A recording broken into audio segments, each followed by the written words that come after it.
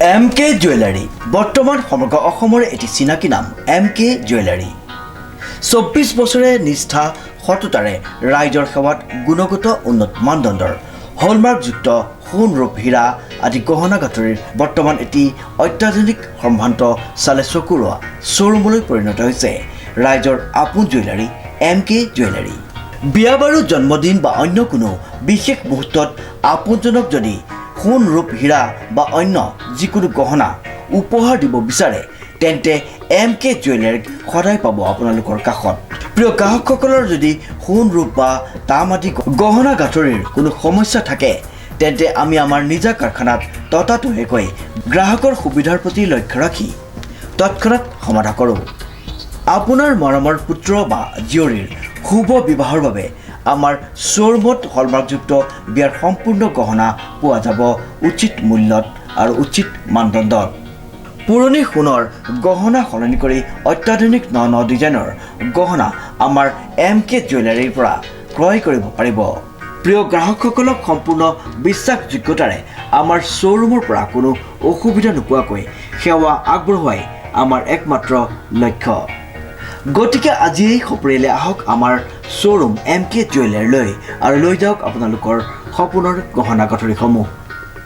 আমাৰ ঠিকনা MK jewellery ৰূপহীয়ালি student গেলেৰীৰ কাষত। নমস্কাৰ, আপোনালোকে চাবলৈ আৰম্ভ কৰিছে নিউজ নাও আৰু মই অনুপম বৰা। বেংকলৈ গৈ নিখোজ হ'ল সন্তানসহ সামিনা খাতুন নামৰ এগৰাকী মহিলাগৰাকীৰ সন্ধান পালে পৰিয়ালক লোকক জনাবলৈ আহ্বান জনাইছে আৰু তেখেতলোকৰ নাম্বাৰটো হৈছে 9265488005 নাম্বাৰত যোগাযোগ কৰিবলৈ বিনম্ৰতাৰে আহ্বান জনাইছে পৰিয়ালৰ লোকে। বেংকলৈ গৈ নিখোজ হ'ল সন্তানসহ সামিনা খাতুন নামৰ এগৰাকী 22 বছৰীয়া মহিলাগৰাকীৰ সন্ধান পালে পৰিয়ালৰ লোকে 9265488005 ফোন নম্বৰত জনাবলৈ বিনম্ৰ অনুৰোধ জনাইছে। শনিবাৰ দিন গুৱাহাটী গেছিলো গুৱাহাটী 3 দিন মান ভালদৰে কাম করছিলাম। সকালে মঙ্গলবারে ফোন করছো আমার বাদশা ভাই, সকালে রাতে ফোন করেছিল যে আমার ময়নামার লগত কথা পাতিম, মোবাইল তো নাই ঘৰত লৈ যাওক। সি ভাই দেওয়া না নমাজ পড়া গেছে, নমাজ এতিয়া ভাই হচ্ছিল যে তোমার শ্বশুরের নাম্বারটো দেও তো। পরে শ্বশুরের নাম্বারটো দিছোঁ, দি পেলাই তাৰপিছত সিদিনা মই একো শুনা পোৱা নাই। ৰাতিপুৱা শনিবাৰ দিন কামত যাম, এতিয়া মই ভাত খাইছোঁ, ভাত খোৱাৰ পিছত খাই দাই কামত যাম, ফোন কৰিছোঁ।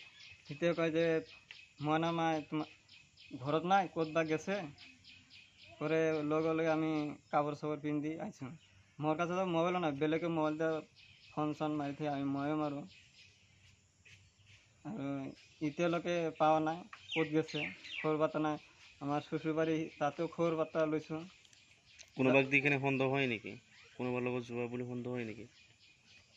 ইমান সন্দেহ হোৱা নাই, কিন্তু আমাৰ মামা আছে এই আইনাল, তাৰ ঘৰত বোলে কাপড় চাপড় পিন্ধিছে, খুলি নতুন কাপড় পিন্ধিছে, চেঞ্জ কৰেছে। তাৰপৰে আৰু ৰোহেন আছে, ৰোহেনেৰ নাম্বাৰ দি মোক ফোন চোন কৰিছে, ময়ো তাক ফোন চোন কৰিছোঁ। আৰু এইটো কাপোৰ চাপোৰ পিন্ধি তাতে কোনোবা আহিছিল নেকি? তাতে তাৰ ঘৰত দুজন মানুহ আহিছে। কোন মানুহ সেইটো মই চিনি নাপাওঁ। সি কৈছে যে মোৰ ভাই আহিছিল, এনেকৈ কৈছে। কোনে কৈছিল? সেই মামীকে কৈছে, মামী। অঁ, আৰু আপোনাৰ ল'ৰা ছোৱালী ক'ত আছে এতিয়া? এতিয়া ল'ৰা ছোৱালী মোৰ এটা বাচ্চা আছে, তাকো মই এতিয়া খোজ খবৰ পোৱা নাই, ক'ত আছে না আছে। আপোনাৰ ভৰি লৈ গৈছে নেকি? লগত লৈ গৈছে। এতিয়া আপুনি কি বিচাৰে? এতিয়া মই বিচাৰিছোঁ, এতিয়া আমি এইটো তদন্ত কৰিব লাগে, ক'ত আছে। আমাৰ আগতে আমি